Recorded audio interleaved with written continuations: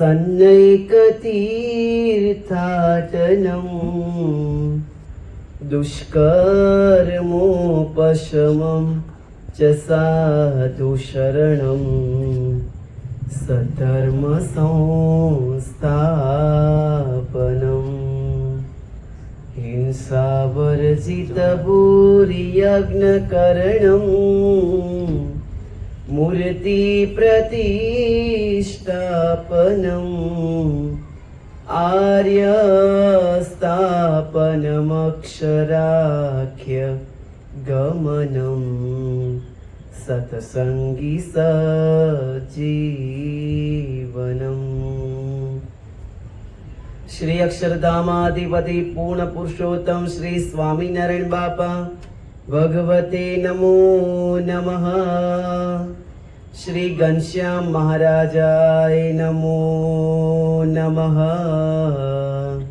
श्री हरि कृष्ण महाराजाय नमो नमः। श्री सजानंद स्वामी महाराजाय नमो नमः। श्री बापा श्री भगवते नमो नमः। श्री सद्गुरुभ्यो नमो नमः। श्री स्वामीनारायण गादी आद्य आचार्य प्रवर धर्म धुरंधर सनातन धर्म सम्राट परम कल्याणकारी जीवन प्राण स्वामी बापा भगवते नमो नमः।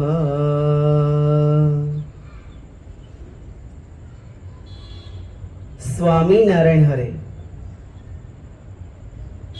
एक वखत श्रीजी संकल्प मूर्ति सद्गुरु श्री गोपालानंद स्वामी वडताल पधार्या હતા ત્યારે જોડ ગામના પાટીદાર ભૂલા ભક્ત સ્વામીશ્રીના દર્શને આવ્યા। તેમને સ્વામીશ્રીએ પૂછ્યું, ભૂલા, તારા ગામમાં મંદિર નથી? શું પ્રશ્ન પૂછ્યો? તારા ગામમાં મંદિર નથી? ત્યારે ભૂલો કહે, સ્વામી, મારું ગામ તો આખું બીજાનું છે, ત્યાં તેઓ મંદિર કરવા કેમ દે? ત્યારે સ્વામીશ્રી બોલ્યા, તારે તેનો શો ભાર છે? ચાલ, હું તારી સાથે આવું। તું આજે તારે ગામ જઈ ચૂલો તથા ઈંટો વગેરે સામાન તૈયાર કરીને મને તેડવા આવજે। એમ કઈ મંદિર થાય? વિધાઉટ જગ્યા લેન્ડ વિના ક્યારે પણ મંદિર તૈયાર થાય? કોઈ ધારે કઈ મંદિર થાય એમ થાય? પણ આ તો મહારાજની અને મોટાની ઈચ્છા શક્તિ કાર્ય કરતી હોય, ત્યાં કોઈનું કશું ચાલતો નથી। સ્વામીશ્રીની આજ્ઞા તથા ભૂલા ભગત સઘળી તૈયારી કરી ગાડું લઈ સ્વામીશ્રીને તેડવા માટે આવ્યા। સ્વામીશ્રી પોતા સાથે 60 માણસો તથા સારા કડિયાઓને સાથે લઈ જોડ ગામે પધાર્યા। ગામની પાદરે સૌને ઉતારો કરાવ્યો। પછી મંદિરની જમીન જોવા માટે સ્વામીશ્રી ભક્ત સાથે પધાર્યા। જે જગા ગામ ધણીની હતી તે જ સ્થાનમાં સ્વામીશ્રીએ મંદિરનો પાયો ચિતરી દીધો। ગામ ધણીની જે જગ્યા હતી એ જગ્યા ઉપર ગોપાળ બાપા કહે છે કે અમારે અહીંયા મંદિરનું નિર્માણ કરવું છે। ભૂલો ભગત કહે, સ્વામી, આ તો ગામ ધણીની જગ્યા છે। ત્યારે સ્વામીશ્રી બોલ્યા કે તારે તેમાં શી ચિંતા? અમે જગતના ધણી છીએ। તારે તો હું કહું તેમ તારે કરવાનું। બોટાદની અંદર નેમી વિજયજી મળ્યા હતા અને નેમી વિજયજી ગુરુદેવ સદગુરુ શ્રી ગોપાળાનંદ સ્વામીને પૂછે છે, તમારા ભગવાન કોણ છે? અમારા ભગવાન સ્વામિનારાયણ છે। તમે કોણ છો? અરે તારો ભગવાન હું છું। શું કહે છે? તારો ભગવાન હું છું. ભગવાનની અને મોટાની વાતો કંઈક અલગ હોય છે. એ તો જેટલી વાતો વાંચતા જઈએ, વિચારતા જઈએ અને એમાં ઊંડા ઉતરતા જઈએ, તેમ તેમ મહારાજનો અને મોટાનો વધારે ને વધારે એમનો ગુઢાર્ધ, એમનો મહિમા, એમની જે લીલાઓ તે આપણને સમજાતી જતી હોય છે. પરંતુ એના માટે સર્વપ્રથમ વાંચવું પડે, વિચારવું પડે, સમજવું પડે અને એ ગુઢાર્ધને જીવાત્મામાં ઉતારવો પડે. ત્યારે ગુરુદેવનો યથાર્થ મહિમા સમજાતો હોય છે.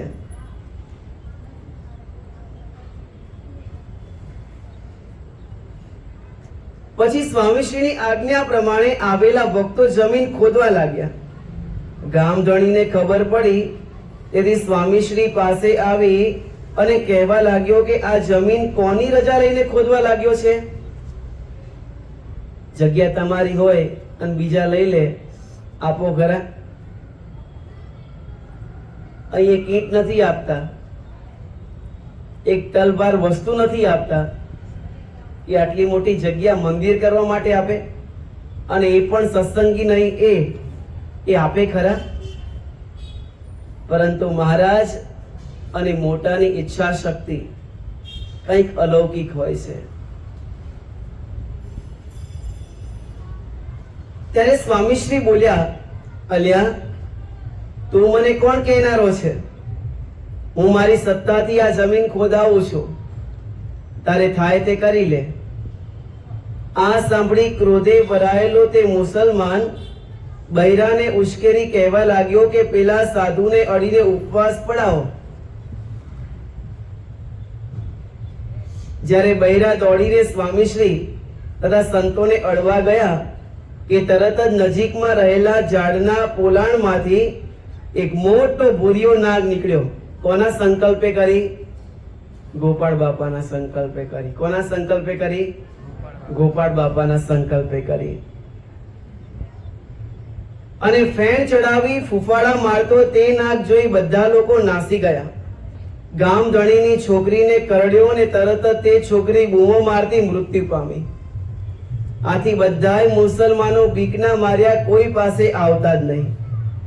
વળી કેટલાકે ભેળા મળી વિચાર કર્યો છે, આપણા ગામમાં સ્વામિનારાયણનું મંદિર થાય અને નગારું ઝાલર વગેરે વાગે તો આપણી કબરોમાં વિઘ્ન આવે, માટે મંદિર બંધ કરાવીએ. એકને પરચો તો આપ્યો તો પણ એ ઓછો પડ્યો. આમ નક્કી કરી તેઓ બધાએ મળી જ્યાં મંદિર થતું હતું ત્યાં વિઘ્ન કરવા આવ્યા. તે જ વખતે ભૂરિયો નાગ નીકળ્યો. તેને જોઈ બધાએ ભાગ્યા. નાગ તો ગામધણીની પાછળ પડ્યો. તે દોડતા દોડતા ગામધણીનો હોકો પડીને ફૂટી ગયો. તેનો છોકરો પાછળ રહી ગયો હતો. તેને નાગ કરડ્યો કે તરત જ છોકરો પણ મૃત્યુ પામ્યો. પહેલા કોણ મૃત્યુ પામ્યું? ગામધણીની દીકરી, અને પછી ગામધણીનો દીકરો. આમ ગામધણીનો એકનો એક પુત્ર પણ મરણ પામ્યો. તેથી દિલગીર થઈ તે સ્વામી પાસે આવ્યો અને પ્રાર્થના કરવા લાગ્યો કે મહારાજ, ભલા થઈને મારો છોકરો જીવતો કરો. ત્યારે સ્વામીશ્રીએ તેની પાસે તે જગ્યાનો લેખ કરાવ્યો અને નક્કી કરાવ્યું છે ભવિષ્યમાં પણ આ મંદિરમાં કઈ અડચણ નહીં આવવી જોઈએ. આમ નક્કી કરાવી સ્વામીશ્રીએ તેના છોકરા પર પાણી છાંટી તેને જીવતો કર્યો. થોડા દિવસ પછી સ્વામીશ્રી બીજે ગામ જવા માટે તૈયાર થયા. ત્યારે ભૂલો ભગત કહે, આ બધાએ મંદિર પૂરું થવા નહીં દે. ત્યારે સ્વામીશ્રી બોલ્યા, આ ભૂરિયો નાગ અમે સેવામાં જ રાખ્યો છે, તેથી તને કઈ વાંધો આવશે નહીં. આમ આશીર્વાદ આપી સ્વામીશ્રી બીજે ગામ પધાર્યા. વળી આ જ ગામના મનુષ્યોની મતી ફરી એટલે અટકાયત કરવા માટે તૈયાર થયા. ત્યારે ભૂરિયો નાગ તેને ફરી વળ્યો. ત્યારે બીજા મુસલમાનો કહેવા લાગ્યા છે, હે ભૂલા, તારા ભૂરિયાને વાર, હવે અમે નહીં આવીએ. પછી ભૂલો ભક્ત કહે, ભૂરિયા અહીંથી હટી જા. તેથી નાગ પાછો વળ્યો. આમ જ્યારે મુસલમાનો ઉપદ્રવ કરવા આવતા ત્યારે ભૂરિયો નાગ તેઓને ફરી વળતો. આમ નિર્વિઘ્નપણે મંદિર પૂરું થયું. 56મી વાર્તા પૂર્ણ થઈ. સદગુરુ બાપાનું પ્રાગટ્ય અને આપણા ગોપાળાનંદ સ્વામી બાપાનો અંતર્ધ્યાન દિવસ. ગોપાળ બાપા અને ઈશ્વર બાપા, ગુરુદેવ જીવનપ્રાણ સ્વામી બાપા 15 વર્ષની ડૂબકી સમજાવે છે. અને 15 વર્ષની ડૂબકી આપણે જો ધ્યાન રાખીને જોઈએ ને તો આપણી પરંપરામાં બહુ સુંદર રીતે બેસે છે. સંવત 1886 ભગવાન સ્વામિનારાયણ અંતર્ધ્યાન થયા અને બરાબર 15 વર્ષ પછી સંવત 1901 આપણા અબજી બાપા શ્રી સ્વરૂપે પ્રગટ થયા. આપણા ગોપાળ બાપા સંવત 1908 અંતર્ધ્યાન થયા. અત્યારે સંવત 1882 ચાલે, 1982 ને 2082 ચાલે છે. કેટલા થાય એ ગણી લેજો. સ્વામિનારાયણ ભગવાનના દ્વિતીય વારસદાર ગોપાળ બાપા 1908 અંતર્ધ્યાન થયા અને બરાબર 15 વર્ષ પછી સંવત 1823 આપણા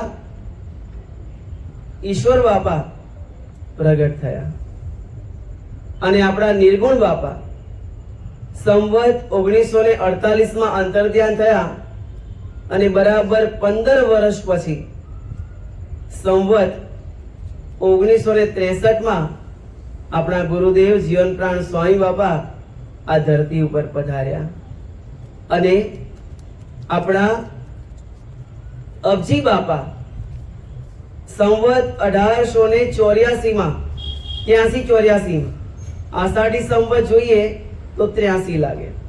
સંવત 1884 અંતર્ધ્યાન થયા અને બરાબર 15 વર્ષ પછી આપણા પ્રેમ મૂર્તિ બાપા સ્વરૂપે આ ધરતી ઉપર પ્રગટ થયા. આ આપણી રૂઢી પરંપરાની રીત. ગોપાળ બાપાનું જેવું ચરિત્ર એવા ને એવા ચરિત્રો આપણા ઈશ્વર બાપાના. જેવા ગોપાળ બાપા નિડર સિદ્ધાંતવાદી, તેવા ને તેવા નિડર સિદ્ધાંતવાદી આપણા ઈશ્વર બાપા. એક રોમનો પણ તફાવત નહીં. જેવા કાર્ય સ્વામિનારાયણ ભગવાને કર્યા એવા ને એવા કાર્ય આપણા બાપાશ્રીએ કર્યા. જેવા કાર્ય આપણા ગોપાળ બાપાએ કર્યા તેવા ને તેવા જ કાર્ય આપણા ઈશ્વર બાપાએ કર્યા.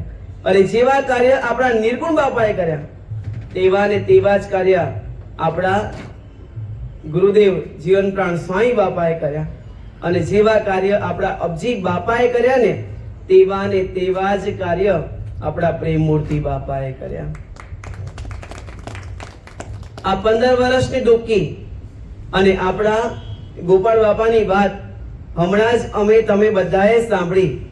ગોપાળ બાપા યોગી વર્ય, યોગેશ્વર, ત્રિકાળ જ્ઞાની, કોઈની પણ સહેજ શરમ નહીં, ક્યાંય પણ ઊંચું કે નીચું નહીં, માત્ર ને માત્ર એક વાત, સ્વામિનારાયણ ભગવાન, સ્વામિનારાયણ ભગવાન, સ્વામિનારાયણ ભગવાન, સ્વામિનારાયણ ભગવાન.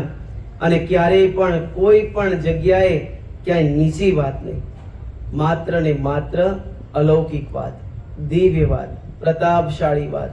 એમના ચરિત્રો વાંચતા જઈએ ને અને એ ચરિત્રોની અંદર જ્યાં પણ જોઈએ ને તો ત્યાં નિડરતાની વાતો આવશે, પ્રેમ ભરેલી વાતો આવશે.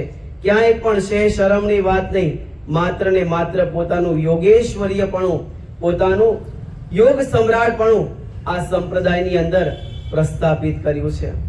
સ્વામિનારાયણ ભગવાન પ્રગટ થયા અને એમના 13 અસાધારણ લક્ષણ કહેવાય. કેટલા લક્ષણ કહેવાય? 13 અસાધારણ લક્ષણ કહેવાય.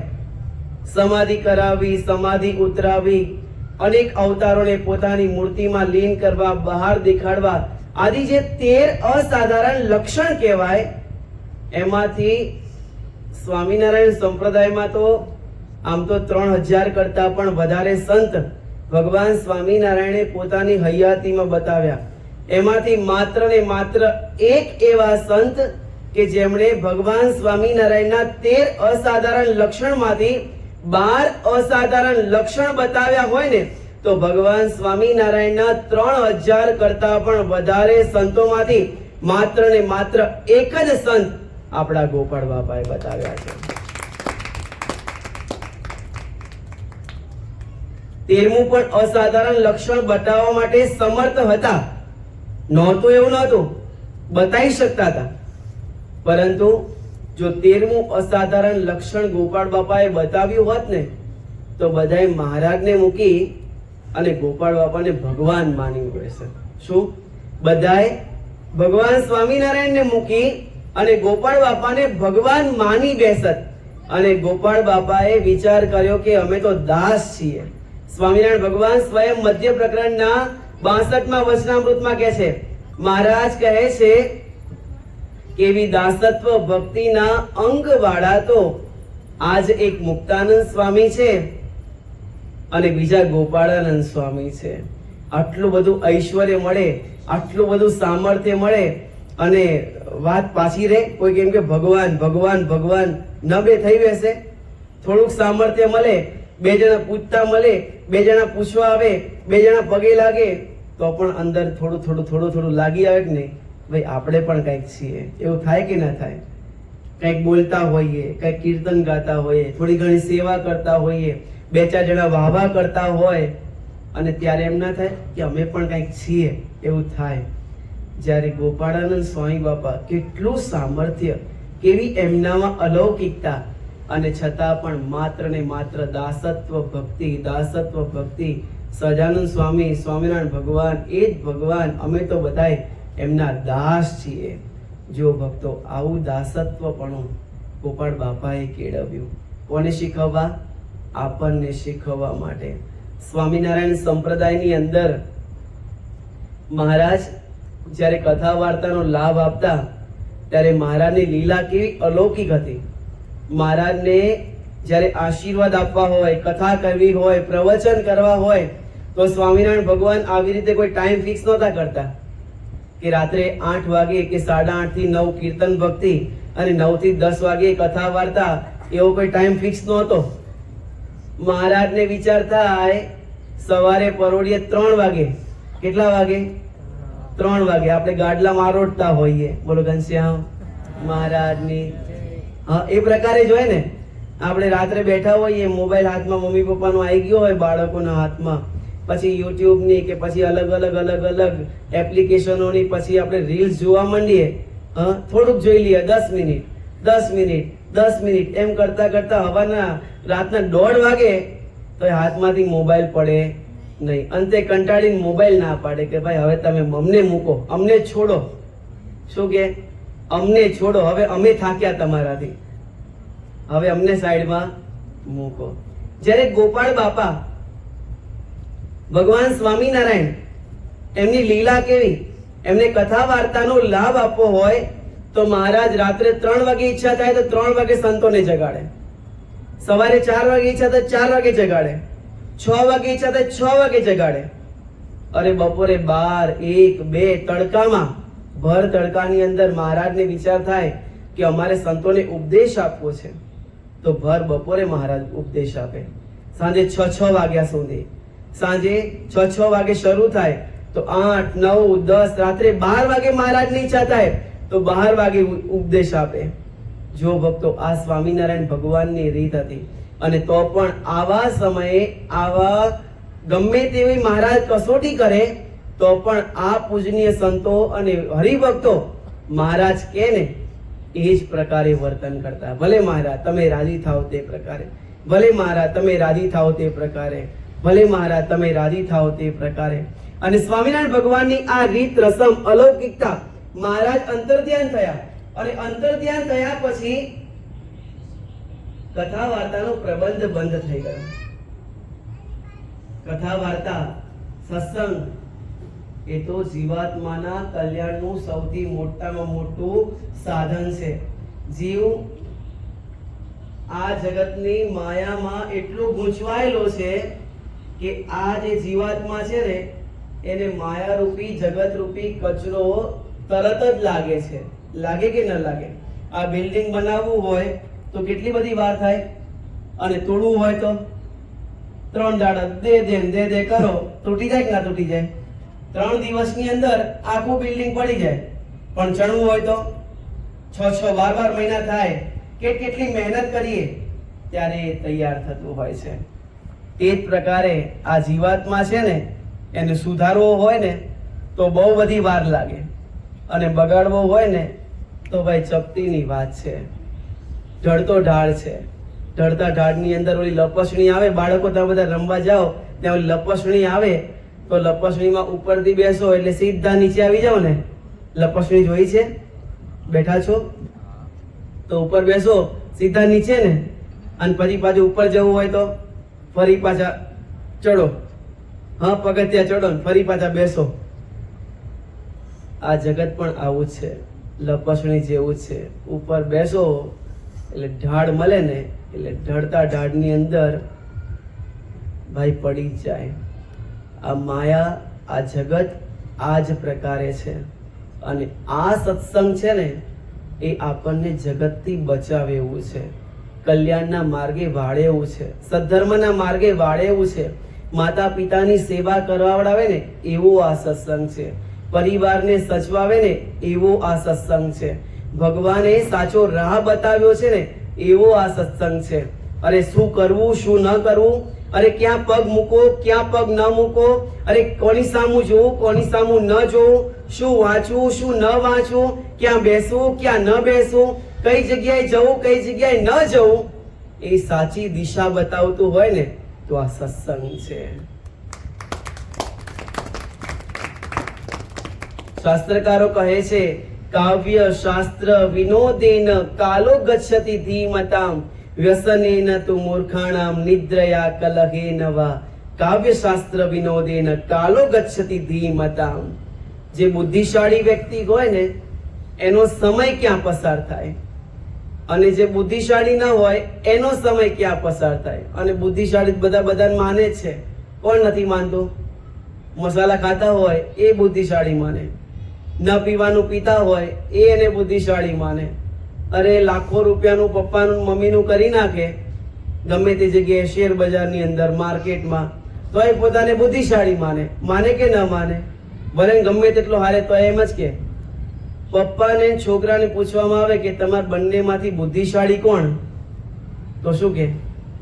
દીકરો શું કે? પપ્પા કરતા હું હોશિયાર. કે ના કે? એમ જ કે. કાવ્ય શાસ્ત્ર વિનોદેન કાલો ગચ્છતિ ધીમતામ. બુદ્ધિશાળી વ્યક્તિ છે ને એનો સમય કાવ્ય શાસ્ત્ર વિનોદેન, ભગવાનના કથા કીર્તન વાર્તા, સારો અભ્યાસ કરવો, સારી જગ્યાએ દોડવું, સારો બિઝનેસ કરવો, સારી જગ્યાએ વ્યવહાર કરવો, સમાજને સાચવવો, માતા પિતાની સેવા કરવી, પરિવારને સાચવવો. જે બુદ્ધિશાળી વ્યક્તિ હોય ને એનો સમય આની અંદર વીતતો હોય છે. અને જે બુદ્ધિ વિનાના અર્થાત જે બુદ્ધિશાળી નથી ને એ વ્યક્તિઓનો સમય ક્યાં પસાર થતો હોય છે? તો શાસ્ત્રકારો કહે છે કાં તો વ્યસનમાં, વ્યસનેન તુ મૂર્ખાણામ નિદ્રયા કલહેન વા. કાં તો વ્યસનમાં, કાં તો ઊંઘમાં, કાં તો બે માંથી કાંઈ ન મળે તો બાજવામાં, છેવટે ઝઘડવામાં. અમુક જણાનો સ્વભાવ હોય ને કે દિવસની અંદર એક જણા જો બાજે રહે ને તેનો દિવસ હરખો ના જાય. ઘણા બધાના એવા સ્વભાવ હોય, કાં તો ઝઘડે નહીં કાં તો ઝઘડાવે નહીં, ત્યાં સુધી એનો સમય એનો એમ ના થાય કે દિવસમાં આજ હખે કરીને બેઠા, એવું થાય નહીં. આપણે કેમ બેસવું, આપણે ક્યાં જવું, આપણા હાથમાં છે. આપણે કોણ છીએ, આપણો પરિવાર કોણ છે, આપણે ક્યાંથી આવીએ છીએ, આપણા ગુરુ કોણ છે, આપણા ભગવાન કોણ છે, આપણે કયા ધર્મના આશ્રિત છીએ, આ બધો જ વિચાર કરી આપણે કાર્યને આગળ ધપાવવું. ક્યાં પગ મૂકો, શું કરવું, બધું આપણા હાથમાં છે ભક્તો. ક્યાં જવું, શું કરવું, શું ન કરવું, ઢળતો ઢાળ તો બધાને ગમે, ગમે કે ન ગમે, પરંતુ ઢળતા ઢાળની અંદર સમય પસાર થાય ને તેમ તેમ અશાંતિ અશાંતિ અને અશાંતિ જ પ્રાપ્ત થાય. ઢળતા ઢાળની અંદર કોણ સુખી થયું છે? વ્યસન કરી કોણ સુખી થયું છે? દારૂ પીવાથી કોણ સુખી થયું છે? શેર બજારની અંદર ખોટા પૈસા મૂકવાથી કોણ સુખી થયું છે? શરૂઆતની અંદર લાગે કે લાખો ને કરોડો મળ્યા, પણ પછી અમુક દિવસો પછી કે અમુક વર્ષ પછી બધું લઈને જતું રહે, કાંઈ ખબર ન પડે.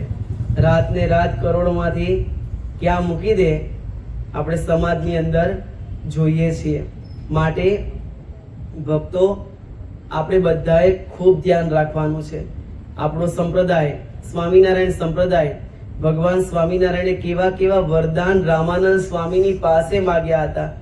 રામાનંદ સ્વામી જ્યારે સહજાનંદ સ્વામી મહારાજને પોતાના સ્થાન ઉપર વિરાજમાન કર્યા અને ત્યારે રામાનંદ સ્વામીએ સહજાનંદ સ્વામી મહારાજને એમ કહ્યું કે તમે માગો એ તમને 2 વરદાન આપીએ.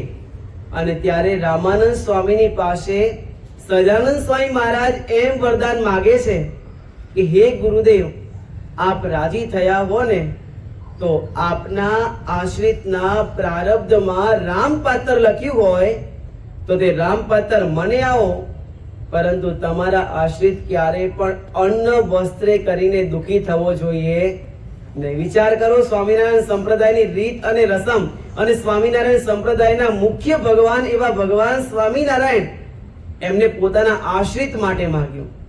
અરે વર્ષો પહેલા માગ્યું, અત્યારે આપણે સુખી છીએ, પરંતુ એ આશીર્વાદ એમ કહેવાય છે અને એ પ્રમાણે જ રહેશે કે આ પૃથ્વીનું પીઠ રહેશે ને અને સ્વામિનારાયણનો કોઈ પણ આશ્રિત હશે, ભગવાનની આજ્ઞા પ્રમાણે વર્તશે ને તો આ સહજાનંદ સ્વામી મહારાજે જે 2 વરદાન માગ્યા છે ને પોતાના હરિભક્તો માટે, એ હરિભક્તો ક્યારે પણ દુઃખી નહીં થાય. પહેલું વરદાન, તમારા આશ્રિતના પ્રારબ્ધમાં રામપાત્ર લખ્યું હોય, રામપાત્ર મને આવો, પરંતુ તમારો આશ્રિત ક્યારેય પણ અન્ન વસ્ત્રે કરીને દુઃખી ન થાય. અને બીજું વરદાન, હે ગુરુદેવ, તમારા આશ્રિતને એક રૂવાડે એક વીછીનું દુઃખ થવાનું હોય તો મને એક રૂવાડે કોટી કોટી વીછીની વેદના થાવ, પરંતુ તમારો આશ્રિત ક્યારે પણ દુઃખી ન થાવ એવું વરદાન આપો. જો સહજાનંદ સ્વામી મહારાજ કેટલા દયાળુ, કરુણામય ચારુ લોચનમ. સહજાનંદ સ્વામી મહારાજ કેવા દયાળુ છે, તો મહારાજ કરુણાની મૂર્તિ છે, ભક્ત વત્સલ છે, પતિત પાવન છે, અધમ ઉદાહરણ છે, અધમ ઉદાહરણ અવિનાશી તારા બિરદની બલિહારી રે. એ સહજાનંદ સ્વામી મહારાજ અમને અને તમને મળ્યા છે અને એ સહજાનંદ સ્વામી મહારાજે આપણને આપ્યા ગોપાળાનંદ સ્વામી બાપા. એ ગોપાળાનંદ સ્વામી બાપા, આપણે વાત કરતા હતા કે ભગવાન સ્વામિનારાયણની રીત ગમે ત્યારે મહારાજને સંકલ્પ થાય ને મહારાજ આશીર્વાદ કથા વાર્તા માટે બધાએ સંતોને હરિભક્તોને ભેગા કરે. મહારાજ લીલા સંકેલી, કથા વાર્તા ધીમે ધીમે વિલુપ્ત થવા માંડી, જવા માંડી. અને તેવા સમયે ગોપાળ બાપાએ નિત્યાનંદ સ્વામીને પોતાની પાસે બોલાવ્યા અને નિત્યાનંદ સ્વામીને એમ કહે છે કે સ્વામી, મહારાજ હતા ત્યારે તો બધાએ સંતો બેસતા, મહારાજ હતા ત્યારે બધાએ હરિભક્તો કથા વાર્તામાં બેસતા, હવે તો કથા વાર્તાનો પ્રબંધ બંધ થઈ ગયો. સ્વામી કેમ કરશું? ત્યારે નિત્યાનંદ સ્વામી કહે છે કે સ્વામી, એ તો સૌના આસને ભગવાનના વચનામૃત છે ને એ તો બધાએ વાંચી લે. અને ત્યારે સ્વામી કહે છે કે ના, એ બરોબર નથી. અત્યારે ઘરે ઘરે બધાના ઘરે પુસ્તકો છે કે નથી? સ્વામિનારાયણ સંપ્રદાયના દરેક ધર્મમાં માનતા દરેકના ઘરની અંદર પુસ્તકો તો છે જ ને, પણ વાંચે છે કેટલા, જોઈએ છીએ કેટલા? સમજાય છે ને? જ્યાં સુધી અહીંયા સત્સંગ ન થાય, આપણે બધા ભેગા ન થઈએ, ત્યાં સુધી જેવું છે તેવું સત્સંગનું જ્ઞાન જીવાત્મામાં આવતું નથી. આ તો પ્રત્યક્ષનો દાખલો છે ને, અને આપણે બધા અનુભવીએ છીએ. કથા વાર્તામાં બેઠા હોઈએ તો કલાક 2 કલાક સુધી આપણે જે પણ સંત કથા વાર્તા કરતા હોય ભગવાનને મોટા આશીર્વાદ આપતા હોય તો આપણે બધાએ ત્યાં બેઠા હોઈએ, પણ ઘરની અંદર પુસ્તકો તો દરેકના ઘરની અંદર છે. વચનામૃત છે, બાપાની વાત છે, પુરુષોત્તમ લીલામૃત છે, શ્રીમદ ભાગવત ગ્રંથ છે, અલગ અલગ જે સંપ્રદાયો માનતા હોય દરેકના ઘરની અંદર પુસ્તકો તો છે જ, પણ ક્યારે વાંચ્યું છેલ્લે? એ સૌના હૃદય ઉપર હાથ મૂકીને વિચાર કરી લઈએ. અને ત્યારે ગોપાળ બાપા કહે છે, સ્વામી, પુસ્તક તો બધા પાસે હશે, પણ નિત્ય કથા વાર્તા એનો જો પ્રબંધ થાય અને એનો જે નિયમ થાય તો સ્વામી, આનાથી ઉત્તમ કોટીનો જીવાત્માનું કલ્યાણ માટેનું બીજું કોઈ પણ સાધન નથી. નિત્યાનંદ સ્વામી માની ગયા. નિત્યાનંદ સ્વામી કહે છે કે ગોપાળાનંદ સ્વામી, તમે વાત કહો છો બધી સાચી છે, લ્યો આજથી શરૂ કરીએ. આજથી તમે વક્તા અને હું તમારો પહેલો શ્રોતા. અને ત્યારથી શરૂઆત થઈ. સંપ્રદાયની અંદર મહારાજે લીલા સંકેલ્યા પછી સૌથી પ્રથમ મહારાજ પછી જો આશીર્વાદ કોઈએ પણ આપ્યા હોય ને તો ભગવાન સ્વામિનારાયણના પ્રથમ વારસદાર આપણા ગોપાળાનંદ સ્વામી બાપાએ આપ્યા છે. પહેલા વક્તા તરીકે ગોપાળ બાપા અને શ્રોતા તરીકે નિત્યાનંદ સ્વામી. અને ધીમે ધીમે ધીમે ધીમે પછી સંતો આવતા ગયા. પહેલા વર્ષની અંદર એકવાર કથા વાર્તા, અમુક દિવસો પછી 2 વાર દિવસમાં કથા વાર્તા, અમુક દિવસો પછી દિવસમાં 3 વખત કથા વાર્તા, 4 વખત અને છેવટે 5 વખત દિવસની અંદર સંતોએ ભેગા બેસવું, કથા વાર્તા કરવી, સાંભળવી અને આ પ્રકારના સંસ્કારની શરૂઆત થઈ. સંપ્રદાયની અંદર મોટામાં મોટો જો ઉપકાર કર્યો હોય ને, પરચા ચમત્કાર વાત તો બધું બરોબર છે, પરચા અને ચમત્કાર વાત તો બહુ જ બધી ગોપાળ બાપાએ આપી છે. સંપ્રદાયની અંદર મહારાજ પછી સૌથી વધારે પરચા અને ચમત્કાર અને યોગેશ્વર્ય પણ બતાવ્યું હોય ને તો આપણા ગોપાળ બાપાએ બતાવ્યું છે. મહારાજ પછી વધારેમાં વધારે પરચા અને ચમત્કાર અને યોગેશ્વર્ય પણ જો કોઈએ પણ બતાવ્યું હોય તો ગોપાળ બાપાએ બતાવ્યું છે. પરંતુ આ સંસ્કારની જે દિવ્ય સરવાણી વહેતી કરી હોય ને તો ગોપાળ બાપાએ કરી છે. સંસ્કાર વિના તો બધુંય નકામું છે. પરિવારની અંદર કરોડોની જાયદાદ હોય પણ સંસ્કાર ન હોય, વિનય ન હોય, વિવેક ન હોય, મર્યાદા ન હોય અને આ બધુંય ન હોય ને તો બધુંય નકામું છે. અને સંસ્કાર જોઈતા હોય, વિનય વિવેક શીખવો હોય તો આ બધા સંસ્કાર કથા વાર્તામાંથી આવે છે. કથા અને વાર્તા ચારો સત્સંગી તણો. કથા વાર્તા શું છે? સત્સંગીનો ચારો છે ભક્તો. જીવાત્માનું કલ્યાણનું મુખ્ય કેન્દ્ર સ્થાન છે. અઘરું પડે ને કથા વાર્તામાં બેસવું એટલે અઘરું પડે. અડધો કલાક બેસવું, પોણો કલાક બેસવું, આ ન ગમતી વસ્તુમાં આપણે જોર દઈને બેસવું એવું છે. બાળકોને ન ભણવું હોય ને પરાણે બેસાડી એવું આ છે. કથા વાર્તા કેવું છે?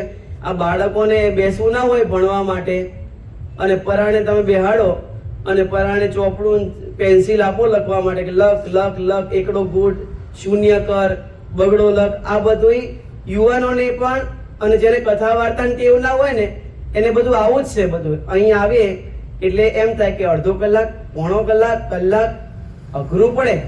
પણ જેમ જેમ હેવા અને ટેવ પડતી જાય ને તેમ પછી આપણને એના વિના ન ચાલે. શું? પછી આપણને કથા વાર્તા વિના ન ચાલે, આપણને સંસ્કાર વિના ન ચાલે, ભગવાનના ચરિત્ર વિના ન ચાલે, ભગવાનની વાતો સાંભળ્યા વિના ન ચાલે. અને એ આપણે કરવાનું છે. એક સંપ્રદાયની અંદર એક સુંદર મજાનો પ્રસંગ યાદ આવે છે. ગોપાળ બાપા એક વખત વિચરણ કરતા વહેલાલ પધાર્યા હતા. ક્યાં પધાર્યા હતા? વહેલાલ પધાર્યા હતા. સાંજનો સમય હતો અને વહેલાલથી પછી આગળ સલકી ગામ જઈ રહ્યા હતા. ગામના બધાય મનુષ્યોએ સ્વામીને રોક્યા. સંતો, ક્યાં જાઓ છો? સલકી ગામ જવું છે. સ્વામી, કાલ સવારે જજો. કેમ? આગળ રસ્તામાં મોટું વડનું વૃક્ષ છે. ધ્યાનથી સાંભળજો, બહુ અદ્ભુત પ્રસંગ છે. વડનું વૃક્ષ છે અને વડના વૃક્ષમાં બ્રહ્મ રાક્ષસ રહે છે. સ્વામી, વર્ષો થઈ ગયા, એ બ્રહ્મ રાક્ષસ કોઈને પણ છોડતો નથી. ભાડાના મકાનમાં ભાડુઆત નથી છોડતા, તો આ છોડે? વર્ષોથી બંધાયેલો હોય એ છોડે? છોડે ને. ઓલા પાઘડીઓ વાળા વર્ષોથી આપેલી હોય, અત્યારે ભાડું કેટલું આવે? 51 રૂપિયા, 100 રૂપિયા, અને કેટલું મોટું મકાન ને દુકાનો ભોગવતા હોય, બહુ વધારેમાં વધારે 200 રૂપિયા, 250 રૂપિયા, 500 રૂપિયા. એ પાઘડી વાળા નથી મૂકતા, ભાડુઆ તો નથી મૂકતા, તો પછી આ બ્રહ્મ રાક્ષસ મૂકે? સ્વામી, આવતીકાલ સવાર જજો. આ સંતો દયાળુ મૂર્તિ, એ તો માત્ર ને માત્ર કઈ આ મનુષ્યોના કલ્યાણ કરવા માટે પ્રગટ નથી થયા. એ તો અધમ જેવા જીવોનું પણ આત્યંતિક કલ્યાણ કરવા માટે પ્રગટ થયા છે. એમને કોઈની બીક ના હોય, એમને કોઈની શેર શરમ ના હોય, ભલે ને બ્રહ્મ રાક્ષસ હોય, ભલે ને ભૂત હોય. ગુરુદેવ જીવન પ્રાણ સ્વામી બાપાના જીવનમાં બીક એવો શબ્દ હતો જ નહીં. શું? ભય ક્યાંય પણ નહીં. ચાહે ભૂત હોય, ચાહે બ્રહ્મ રાક્ષસ હોય, ચાહે વિરોધી હોય, ચાહે ચોર હોય, ગમે તેના હોય, કોઈની પણ બીક નહીં, ક્યાંય પણ બીક નહીં.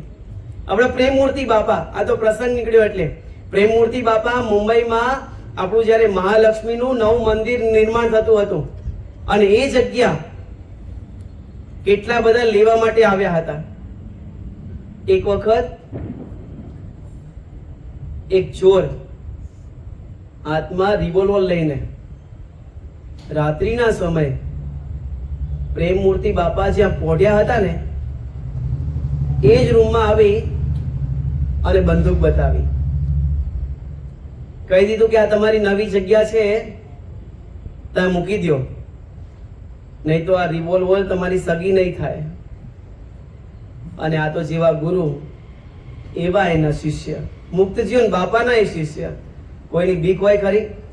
પ્રેમમૂર્તિ બાપા કહે છે કે લે આ હું બેઠો, ભગવાને તારા હાથે લખ્યું હશે તો આ લોકની દ્રષ્ટિએ મારું મૃત્યુ એ પ્રમાણે થશે, પણ તું જે જગ્યા છોડાવવા માંગે છે એ જગ્યાએ તો મારા ભગવાન સ્વામિનારાયણે સંકલ્પ કર્યો છે કે મારે તો ત્યાં જ વિરાજમાન થવું છે, તાએ થાય તે પ્રમાણે કરી લે. ઓલો ગુંડાભાઈ ચોર રિવોલ્વર હાથમાં, વિચાર કરો રાત્રે કોઈ રિવોલ્વર લઈને આવે શું થાય? ભાઈ તાર જે જોઈતો એ લઈ જા, મને છોડ. શું કહીએ આપણે? તાર જે જોઈતો એ લઈ જા, લે આ બધું ખુલ્લું, તને જે જોઈતો એ તને પ્રેમથી આપું, મારે ખાલી તું મને જવા દે, બાકી તું બધું લઈ જા. જ્યારે પ્રેમમૂર્તિ બાપા કોઈની પણ બીક નહીં, શય શરમ નહીં, સામે આમ બેઠો છે તો પણ તારું મારું મૃત્યુ તારા હાથે લખ્યું હશે તો એ પ્રમાણે. પણ મારા ભગવાન સ્વામિનારાયણે સંકલ્પ કર્યો છે કે અમારે ત્યાં વિરાજમાન થવું છે, તારે થાય તે કરી લે. અને પછી ઓલો સામે થોડુંક બોલવા લાગ્યો અને પ્રેમમૂર્તિ બાપાએ એને જ્યાં જ્ઞાન સભા થોડી થોડી વાતો કરી, ઓલો ત્યાંથી બે હાથ જોડી પગે લાગી અને ત્યાંથી વયો ગયો. વિચાર કરો, ને તો ગુંડા છોડે? જમીન માટે આવ્યા હોય છોડે? કોઈ ના છોડે. અને સ્વામિનારાયણ ભગવાનના આ સંત ગોપાળાનંદ સ્વામી એમ કહે છે, કાંઈ ચિંતા ન કરશો, ભગવાન બધુંય સારું કરશે. ગોપાળ બાપા અને એમનું સંત મંડળ વેલાલ ગામથી સલકી ગામ તરફ જઈ રહ્યા છે, અને એ જ વડનું વૃક્ષ રસ્તામાં દેખાણું, અને એ જ વડના વૃક્ષની નીચે ગોપાળ બાપા સંતોને કહે છે કે લ્યો રાતના 11 વાગ્યા છે, આપણે અહીંયા જ વિશ્રામ કરવો છે. આપણે હોઈએ તો થોડા આગળ જતા રહીએ, ત્યાંથી છૂટીએ, પહેલા થોડા આગળ જતા રહીએ, પણ સ્વામી કહે છે કે આપણે તો અહીંયા જ વિશ્રામ કરવો છે. ત્યાં ગોપાળ બાપા વિરાજમાન થયા, સંતો પણ બેઠા, અને જ્યાં બ્રહ્મ રાક્ષસ ખબર પડી કે આ મારા મકાનની અંદર બીજા ભાડવા તો આયા છે, એટલે તરત જ પોતાનો પ્રતાપ બતાવવા લાગ્યા. ધીમે ધીમે હવા ઉડવા લાગી, વૃક્ષ ધૂણવા લાગ્યું, અરે ડાળીઓ તૂટવા લાગી, ન થાય એવા અવાજો થવા લાગ્યા. સંતોએ ગોપાળ બાપાને કીધું. ગોપાળ બાપા કહે છે કે ભગવાનની ધૂન કરો, બધું સારું કરશે. સૌથી સારામાં સારું ભગવાનનું નામ છે. મહારાજનું નામ લ્યો, સ્વામિનારાયણનું નામ લો. સ્વામિનારાયણ ભગવાન બધું સારું કરશે. સંતોએ સ્વામિનારાયણ સ્વામિનારાયણ સ્વામિનારાયણ ધૂન જગવી છે. બોલો બ્રહ્મ રાક્ષસ પોતાનો પ્રતાપ બતાવવા લાગે છે અને છેવટે કાંઈ ન થયું એટલે બ્રહ્મ રાક્ષસ નાના બાળક સ્વરૂપે બ્રહ્મપુત્ર રૂપે પ્રગટ થઈ અને ગોપાળ બાપાની સામે આવે છે. ગોપાળ બાપાએ આમ જે યોગેશ્વર્ય મૂર્તિ, એમના નેત્ર આમ દર્શન કરીએ તો આમ કોઈની તાકાત નથી કે એમની સામું જોઈ શકે. ગોપાળ બાપા એમની સામું જુએ છે અને સામું જોતાની સાથે જ બ્રહ્મપુત્ર રડવા લાગ્યો. સ્વામી કહે છે કે કેમ આ તારી દશા કેમ આવી થઈ? અને ત્યારે એનું પૂર્વ વૃત્તાંત કહે છે. ધ્યાનથી સાંભળજો, હવે વાતની શરૂઆત થાય છે. એ કહે છે કે સ્વામી, મારો જન્મ બ્રાહ્મણ કુળમાં થયો હતો. મારું નામ સોમ શર્મા હતું. મારા માતા પિતાને બહુ એવી ઈચ્છા હતી કે મારો દીકરો ભણી ગણી અને હોશિયાર થઈ મોટો પંડિત બને. પણ સ્વામી, સત્સંગ નહીં હોવાના કારણે અને એવા ખોટા મિત્રોનો સહવાસ થઈ જવાના કારણે હું પંડિત તો બન્યો, પણ સંસ્કૃત અભ્યાસમાં નહીં, પણ ચોરી અને લૂંટફાટ કરવાનો પંડિત બન્યો. વિચાર કરો ભક્તો, મોટા કુળમાં જન્મને પામ્યો છે, કેવા પવિત્ર માતા પિતા છે, કેવા સંસ્કારી માતા પિતા છે. માતા પિતાને કેવો વિચાર છે કે મારો દીકરો ભણી ગણી અને બહુ હોશિયાર થાય. પરંતુ સત્સંગનો અભાવ અને કુસંગનું પ્રબલપણું, તેના કારણે વ્યક્તિની કેવી અવગતિ થતી હોય છે.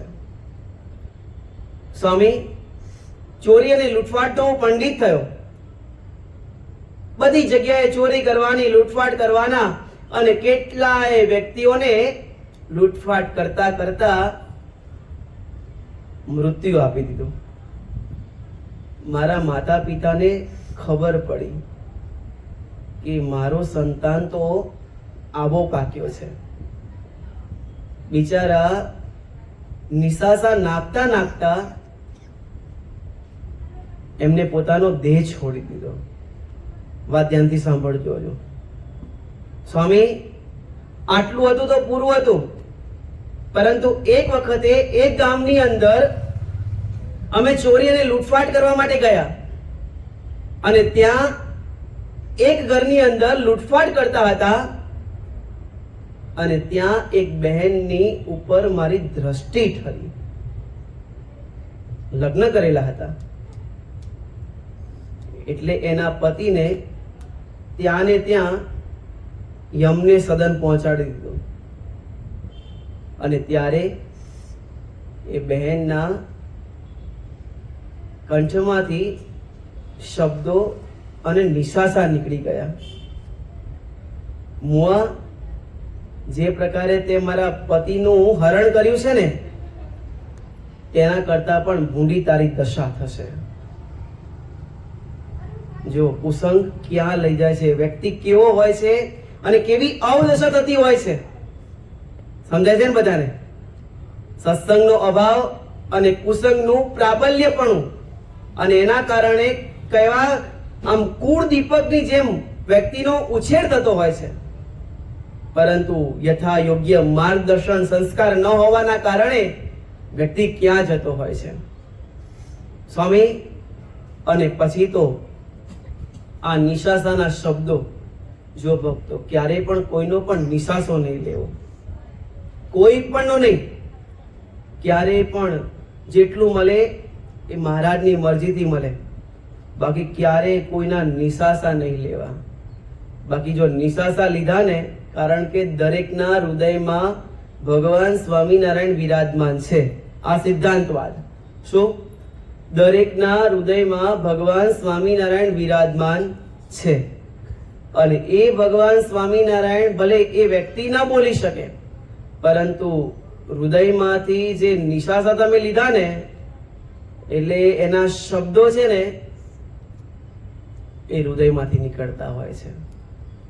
પછી શરૂઆતમાં ખબર ના પડે, પણ જ્યારે સમય આવે ને ત્યારે 10 પેઢી શું 100 પેઢી સુધીની નાનીઓ યાદ કરાવી દે. માટે જીવનની અંદર મહેનત પુરુષાર્થી જેટલું મળે ને એટલું પ્રાપ્ત આપણું. એ હકથી ભોગવવાનું, પ્રેમથી ભોગવવાનું. પણ આપણું ના હોય ને, સામું જોવા માટે વિચાર પણ સુદ્ધા નહીં કરવાનો.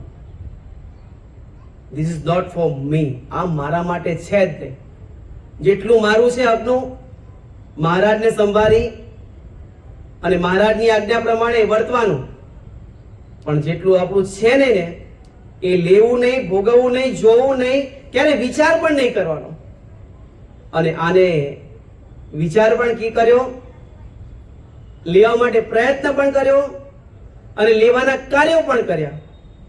અને છેવટે ઓલા બહેનના નિશાસા રૂપી ભગવાન સ્વામિનારાયણના શબ્દો નીકળી ગયા કે મુઆ જેવી રીતે આનું તે હરણ કર્યું, એ જ પ્રકારે અરે એનાથી પણ વિશેષ તારી ભૂંડી દશા થશે. પ્લગ હોય ને, પ્લગ કોંગળી નાખીએ ને એટલે કરંટ તો આવે. ચાહે ગરીબ હોય કે ચાહે અનિલ અંબાણી હોય કે અમેરિકાના ટ્રમ્પ ભાઈ હોય, ગમે તે હોય, ભૂલે કે ચૂકે પ્લગમાં આંગળી નાખી કરંટ આવે કે ના આવે? કોલસાનો મોટો રૂમ હોય અને પછી વિચાર કરીએ કે હું કાળો ન થઉં, અંદર જાઓ એટલે ડાઘ તો લાગે. શું લાગે કે ના લાગે? ડાઘ લાગે. પાણીમાં રહું ને કોરો રહું બને, એ ભીનો થાય જ. તે જ પ્રકારે ખોટું કર્યું ને, આજ નહીં તો કાલ, કાલ નહીં તો 10 વર્ષે, 20 વર્ષે, અરે 100 વર્ષે ભોગવવું પડે અને પડે. મહારાજને મોટા કૃપા કરે એ વાત અલગ, બાકી ખોટું કર્યું તો મહારાજ એનું ફળ તો આપે. માટે મહારાજને સાક્ષી બનાવી મહારાજની આજ્ઞા પ્રમાણે વર્તવું. સ્વામી આ પ્રકારે ઓલા બહેનના શબ્દો નીકળી ગયા અને પછી એક સમયે લૂંટ કરવા નીકળ્યા. રસ્તામાં જતા જતા જતા જતા તરસ લાગી, પાણી ન મળ્યું અને પછી બહુ આંટા માર્યા, થાક્યો, પડ્યો, આથડ્યો અને છેવટે પાણી પાણી પાણી કરતો આ વડના વૃક્ષ નીચે મારું મૃત્યુ થયું અને મારો ભ્રમ રાક્ષસનો અવતાર આવ્યો. સ્વામી હવે દયા કરો અને આ યોનિમાંથી મને મુક્ત કરો. સ્વામી એની સામું જોઈ રહ્યા. શું આની ગતિ, શું આ જીવ, પરંતુ અતિ દયાળુ રે સ્વભાવ છે સ્વામીનો, વર દુખારી રે વારી બહુ નામીનો.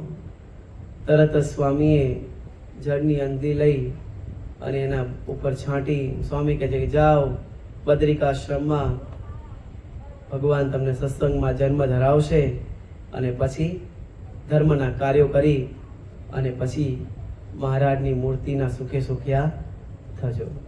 ભગવાન અને મોટાનો ખાલી આટલો યોગ થયો અને પોતે નિષ્કપટ ભાવે પ્રાર્થના કરી તો એનું સારું થયું.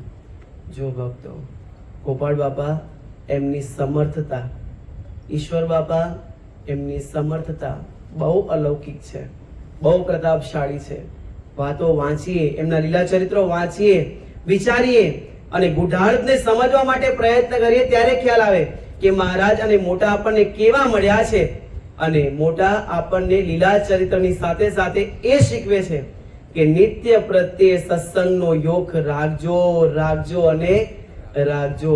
બસ આ સત્સંગ છે ને એ આપણને કુકર્મોના માર્ગથી આપણને બચાવશે, સાચી દિશા બતાવશે, સાચો રાહ બતાવશે અને સાચા રાહે ભગવાન અને મોટા આપણને લઈ જશે અને લઈ જશે. આજે મણિનગર સ્વામિનારાયણ ગાદી સંસ્થાન સંચાલિત શ્રી સ્વામિનારાયણ સિદ્ધાંત સજીવન મંડળ નિકોલ મુકામે દિવ્ય કારણ સત્સંગની સભા અને એમાં આજે ઈશ્વર બાપાનો, આમ તો ગઈકાલે ઈશ્વર બાપાનો પ્રાગટ્ય દિન અને આજે આપણા ગોપાળ બાપાનો અંતર્ધ્યાન દિન, એ બંને પર્વ મહારાજની લીલા અનંત છે. પ્રાગટ્ય એ પણ એમની લીલા અને લીલા સંકેલવી એ પણ એમની એક આ લીલા છે. પરંતુ આપણા માટે સ્વામી બાપાના શબ્દોમાં કહીએ તો ભગવાન સ્વામિનારાયણ અને એમના મુક્ત પુરુષો આ સભામાં પ્રગટ અને પ્રત્યક્ષ વિરાજમાન છે.